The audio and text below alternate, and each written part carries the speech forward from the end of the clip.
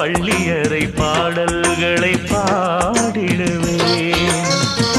என்னை கொடுப்பேன் கொண்டு போ உந்தன் கையோடு.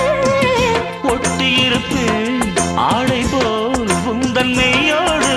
தன்னந்தனிச்சிருக்க உன்னை நினைச்சிருக்க பணிவிடும் இரவினில் உதடுகள் வெடிக்குது.